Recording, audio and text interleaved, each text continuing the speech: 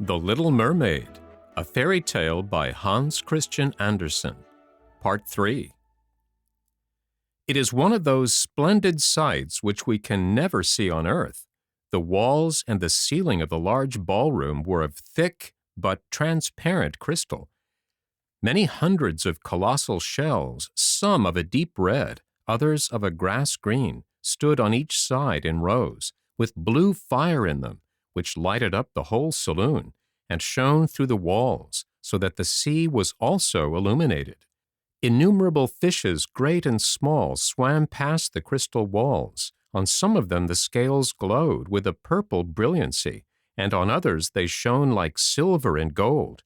Through the halls flowed a broad stream, and in it danced the mermen and the mermaids to the music of their own sweet singing. No one on earth has such a lovely voice as theirs. The little mermaid sang more sweetly than them all. The whole court applauded her with hands and tails, and for a moment her heart felt quite gay, for she knew she had the loveliest voice of any on earth or in the sea. But she soon thought again of the world above her, for she could not forget the charming prince, nor her sorrow that she had not an immortal soul like his.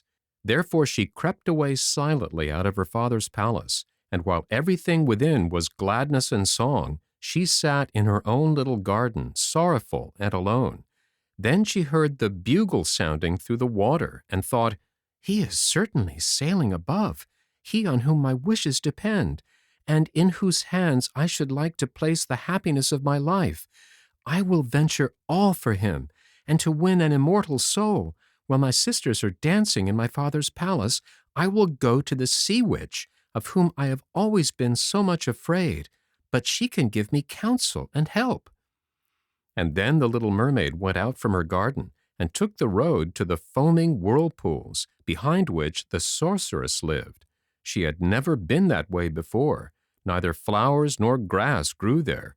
Nothing but bare, gray, sandy ground stretched out to the whirlpool, where the water, like foaming mill wheels, whirled round everything that it seized, and cast it into the fathomless deep. Through the midst of these crushing whirlpools, the little maid was obliged to pass, to reach the dominions of the sea witch, and also for a long distance the only road lay right across a quantity of warm, bubbling mire, called by the witch her turf moor. Beyond this stood her house, in the center of a strange forest, in which all the trees and flowers were polypi, half animals and half plants. They looked like serpents, with 100 heads growing out of the ground. The branches were long, slimy arms, with fingers like flexible worms, moving limb after limb from the root to the top. All that could be reached in the sea they seized upon and held fast, so that it never escaped from their clutches. The little mermaid was so alarmed at what she saw that she stood still, and her heart beat with fear, and she was very nearly turning back, but she thought of the prince, and of the human soul for which she longed, and her courage returned. She fastened her long flowing hair around her head, so that the polypi might not seize hold of it. She laid her hands together across her bosom, and then she darted forward as a fish shoots through the water, between the supple arms and fingers of the ugly polypi, which were stretched out on each side of her. She saw that each held in its grasp something it had seized with its numerous little arms, as if they were iron bands. The white skeletons of human beings who had perished at sea and had sunk down into the deep waters, skeletons of land animals, oars, rudders, and chests of ships were lying tightly grasped by their clinging arms. Even a little mermaid whom they had caught and strangled, and this seemed the most shocking of all to the little princess. So now she came to a space of marshy ground in the wood, where large, fat water snakes were rolling in the mire and showing their ugly, drab-colored bodies. In the midst of this spot stood a house, built with the bones of shipwrecked human beings. There sat the sea witch, allowing a toad to eat from her mouth, just as people sometimes feed a canary with a piece of sugar. She called the ugly water snakes her little chickens, and allowed them to crawl all over her bosom. "I know what you want," said the sea witch. "It is very stupid of you, but you shall have your way, and it will bring you to sorrow, my pretty princess. You want to get rid of your fish's tail, and to have two supports instead of it, like human beings on earth, so that the young prince may fall in love with you, and that you may have an immortal soul." And then the witch laughed out so loud and disgustingly that the toad and the snakes fell to the ground and lay there wriggling about. "You are but just in time," said the witch, "for after sunrise tomorrow I should not be able to help you till the end of another year. I will prepare a draught for you, with which you must swim to land tomorrow before sunrise, and sit down on the shore and drink it. Your tail will then disappear and shrink up into what mankind calls legs, and you will feel great pain, as if a sword were passing through you. But all who see you will say that you are the prettiest little human being they ever saw. You will still have the same floating gracefulness of movement, and no dancer will ever tread so lightly. But at every step you take, it will feel as if you were treading upon sharp knives, and that the blood must flow. If you will bear all this, I will help you." "Yes, I will," said the little princess in a trembling voice, as she thought of the prince and the immortal soul. "But think again," said the witch, "for when once your shape has become like a human being, you can no more be a mermaid. You will never return through the water to your sisters or to your father's palace again. And if you do not win the love of the prince, so that he is willing to forget his father and mother for your sake, and to love you with his whole soul, and allow the priest to join your hands that you may be man and wife, then you will never have an immortal soul. The first morning after he marries another, your heart will break, and you will become foam on the crest of the waves."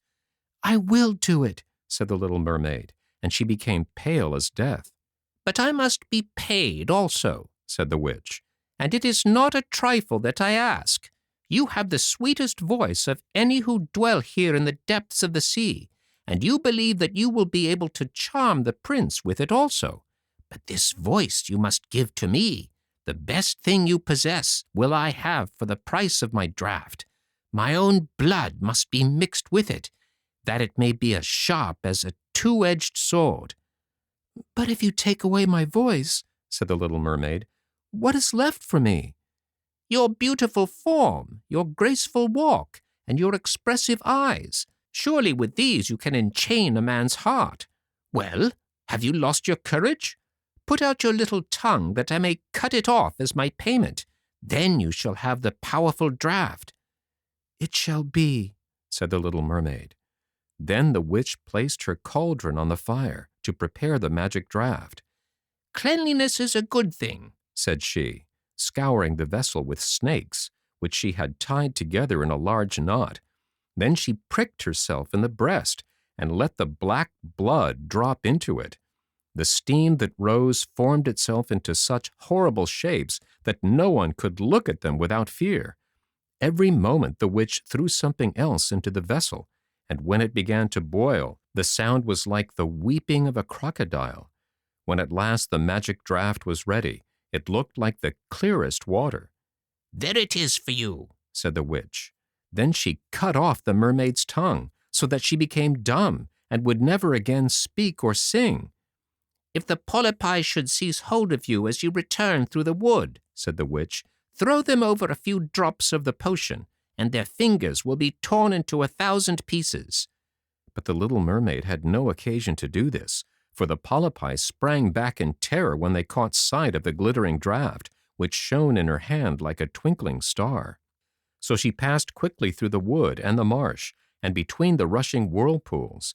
She saw that in her father's palace the torches in the ballroom were extinguished, and all within asleep.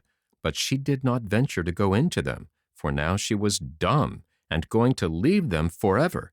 She felt as if her heart would break. She stole into the garden, took a flower from the flower beds of each of her sisters, kissed her hand 1,000 times towards the palace, and then rose up through the dark blue waters.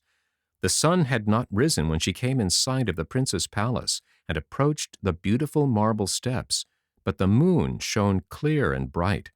Then the little mermaid drank the magic draught, and it seemed as if a two-edged sword went through her delicate body.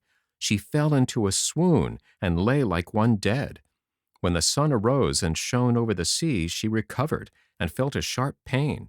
But just before her stood the handsome young prince.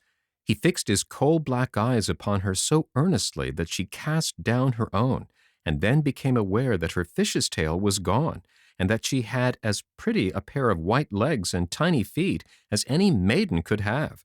But she had no clothes, so she wrapped herself in her long, thick hair. The prince asked her who she was and where she came from, and she looked at him mildly and sorrowfully with her deep blue eyes, but she could not speak. Every step she took was as the witch had said it would be. She felt as if treading upon the points of needles or sharp knives, but she bore it willingly and stepped as lightly by the prince's side as a soap bubble, so that he and all who saw her wondered at her graceful swaying movements. She was very soon arrayed in costly robes of silk and muslin, and was the most beautiful creature in the palace. But she was dumb and could neither speak nor sing. Beautiful female slaves dressed in silk and gold stepped forward and sang before the prince and his royal parents. One sang better than all the others, and the prince clapped his hands and smiled at her. This was great sorrow to the little mermaid. She knew how much more sweetly she herself could sing once, and she thought, "Oh, if he could only know that! I have given away my voice forever to be with him." The slaves next performed some pretty fairy-like dances to the sound of beautiful music. Then the little mermaid raised her lovely white arms, stood on the tips of her toes, and glided over the floor, and danced as no one yet had been able to dance. At each moment her beauty became more revealed, and her expressive eyes appealed more directly to the heart than the songs of the slaves. Everyone was enchanted, especially the prince, who called her his little foundling, and she danced again quite readily to please him, though each time her foot touched the floor it seemed as if she trod on sharp knives. The prince said she should remain with him always, and she received permission to sleep at his door on a velvet cushion. He had a page's dress made for her, that she might accompany him on horseback. They rode together through the sweet-scented woods, where the green boughs touched their shoulders, and the little birds sang among the fresh leaves.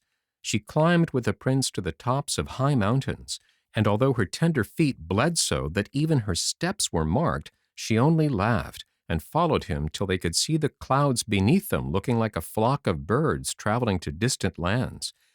While at the prince's palace, and when all the household were asleep, she would go and sit on the broad marble steps, for it eased her burning feet to bathe them in the cold sea water, and then she thought of all those below in the deep.